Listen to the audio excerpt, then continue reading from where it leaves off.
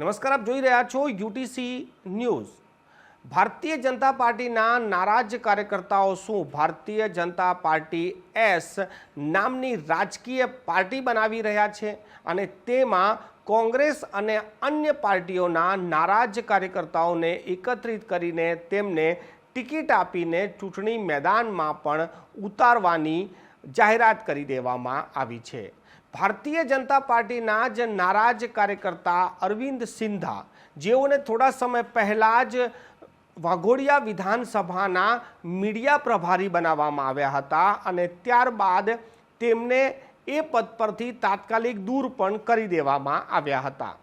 અરવિંદ સિંધા જે RTI activist છે, ઘણી વખત ભારતીય જનતા પાર્ટીની સામે જ તેમણે જે રીતે આરટીઆઈ કરી છે અને જે રીતેના તેમના નિવેદનો આવતા હોય છે તેનાથી તેઓ હંમેશા ભારતીય જનતા પાર્ટીના ક્યાંક ને ક્યાંક સામે જ પડ્યા છે, પરંતુ તેઓ એક જોતા ભારતીય જનતા પાર્ટીથી જોડાયેલા પણ છે। હવે અરવિંદ સિંધાએ તો એક નવી પાર્ટી બનાવવાની જાહેરાત કરી દીધી છે અને તે પણ ભાજપા એસ એટલે શ્યામા પ્રસાદ મુખર્જીની જે ભાજપા હતી એવી ભાજપ એ ફરી બનાવવા જઈ રહ્યા છે। આ નારાજ કાર્યકર્તાઓનું એવું પણ કહેવું છે કે જે ચૂંટણી ચિહ્ન માંગવામાં આવ્યું છે તે પણ હાથમાં કમળ હશે તેવું ચિહ્ન માંગવામાં આવ્યું છે।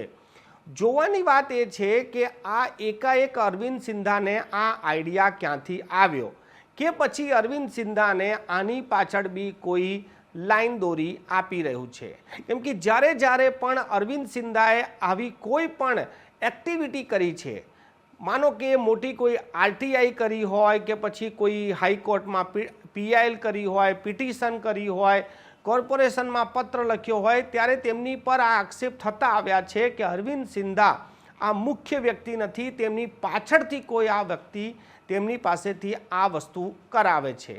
તો શું અરવિંદ સિંધાનું ચૂંટણીની બિલકુલ પહેલાં જ આવી રીતે ભારતીય જનતા પાર્ટી એસ નામની પાર્ટી બનાવવાની જાહેરાત કરવી અને તેમાં નારાજ કાર્યકર્તાઓને જોડવા અને આગામી સમયમાં તેમને ટિકિટ આપીને ચૂંટણી પણ લડાવવી, આ શું એમનો પોતાનો વિચાર છે? કેમ કે અરવિંદ સિંધાએ આજે જે નિવેદન આપ્યું છે કે આજે સવારે જ તેમને આ વિચાર આવ્યો છે અને બપોર તો એ જાહેરાત બી કરી દીધી। આટલા શોર્ટ સમયમાં વિચાર આવવો અને તેની પર અનુકરણ કરી દેવું, આ વાત પણ કંઈ ગળે ઉતરતી નથી।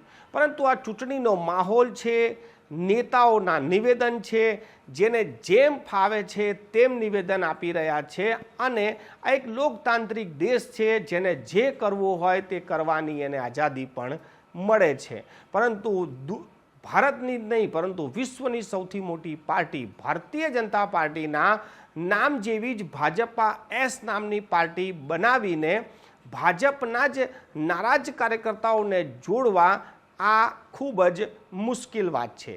શું અરવિંદ સિંધા આ વાત કરી શકશે? શું તેમને ભાજપ એસ નામની પાર્ટી બનાવવાની પરવાનગી મળી જશે? શું તેમને હાથમાં કમળનું ચિહ્ન મળી જશે? આ તમામ વસ્તુઓ ભવિષ્યની બાબત છે। જ્યારે આ બધું થઈ જશે ત્યારે એની પર પણ ચર્ચા કરીશું, પરંતુ આજની ચર્ચા તો બસ આટલી જ છે કે અરવિંદ સિંધાને આ સવારે વિચાર આવ્યો કે પછી કોઈકે એમના દિમાગમાં આ વિચાર નાખ્યો।